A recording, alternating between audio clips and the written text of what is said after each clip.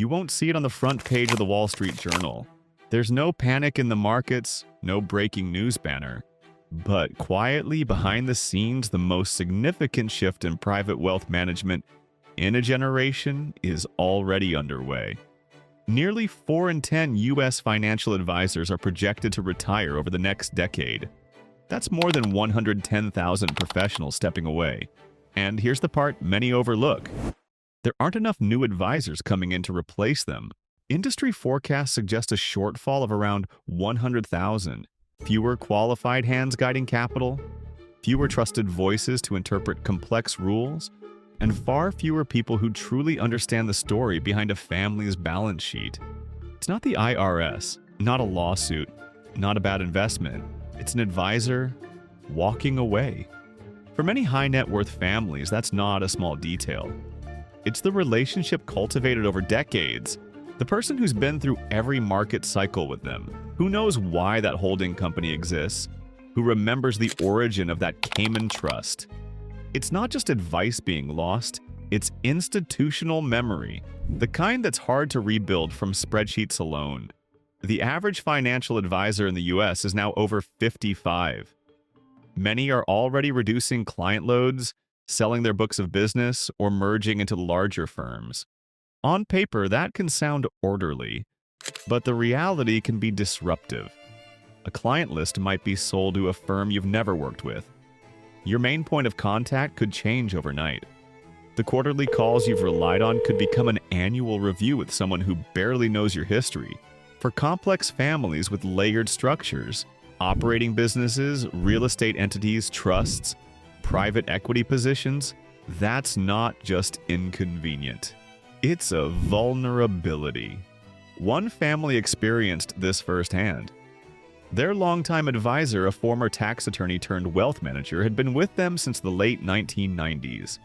He coordinated everything, not just investments, but the flow of information between their CPA, estate counsel, and family office administrator. At 68, he announced plans to retire within 18 months. There was no identified successor, no clear continuity plan. Many of the nuanced strategies, from the grantor trust swaps to the way they use Section 6166 to defer estate tax on an illiquid business, were in his head or stored across his own systems. It took that family 2 years and hundreds of thousands of dollars to rebuild an advisory team, during which time they missed opportunities simply because no one had the complete picture. That's the point. This isn't just about finding a replacement. It's about the friction, lost time, and potential missteps that can occur in the handover. In high net worth planning, timing is leverage. Lose it, and you're reacting instead of structuring. Some families address this by continuity proofing their advisory relationships well in advance. That often starts with institutionalizing knowledge, ensuring every key strategy, trust clause, tax election, and rationale behind a specific asset structure is documented in a way that's accessible and transferable, not as a scattered collection of PDFs, but in an integrated current record of the complete wealth architecture. Others choose to build strategic redundancy. That doesn't mean engaging multiple firms in competition, a situation that can create conflicting advice. It means ensuring there's overlap in capability. If one advisor is the only person who understands how a charitable remainder trust interacts with a liquidity plan, that's a single point of failure. A second set of qualified eyes, whether through a co-advisor arrangement or a well-briefed family office team, can provide a safeguard. Another measure some families take is reviewing an advisor's succession planning as part of their due diligence. In addition to evaluating performance, fees, and strategic fit, they ask about what happens if the advisor retires, sells the practice, or steps back due to health. Is there an internal successor? Are they part of a network that ensures continuity? How are they preparing the next generation of professionals within their firm? In the same way a private business investor might assess management succession, some families assess advisory succession before committing to the relationship.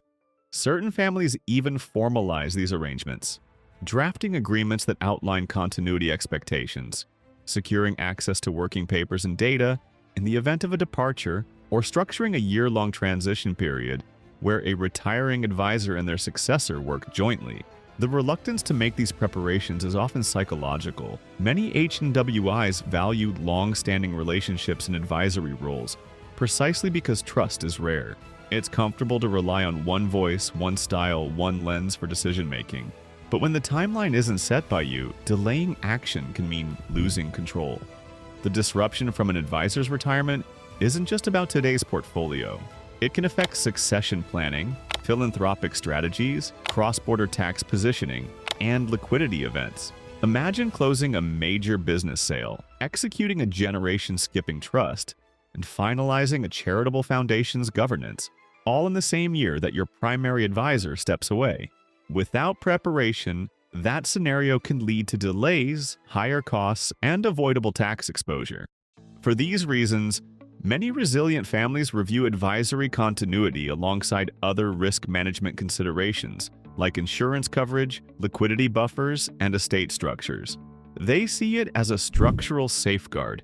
This isn't about replacing trusted human relationships with process. It's about ensuring those relationships can evolve without breaking the system they support. The most effective approach combines both: trust in people and systems that survive the people.